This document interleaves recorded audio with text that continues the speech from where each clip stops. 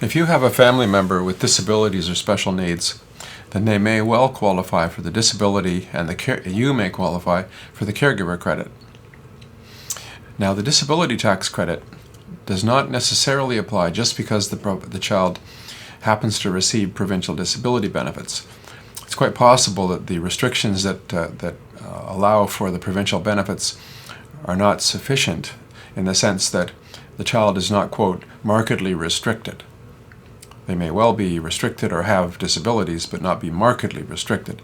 But I find that at least half of my client families who have kids with special needs, that the child does qualify, and that of the new families that I meet, I would say about 20% aren't using the credit and should be using it. So of course what we do is we alert them to this fact and then assist them with the forms and the doctor's involvement and the T1 adjustment involvement to backfile the credit once it's applied. Now, this credit can be backfiled for up to 10 years.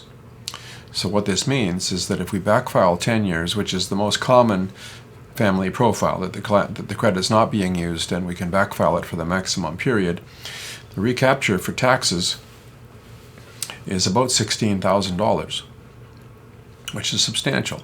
And all it is a credit that should have been used and wasn't used.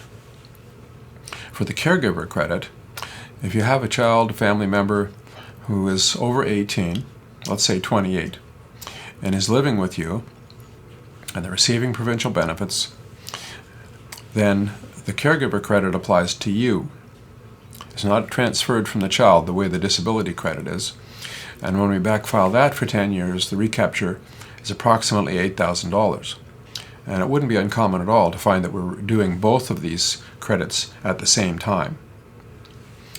One other common factor is that the family was using the credit, the disability credit, but then when the child went into supported living, they stopped because they thought that the child had to live with them for them to use the credit.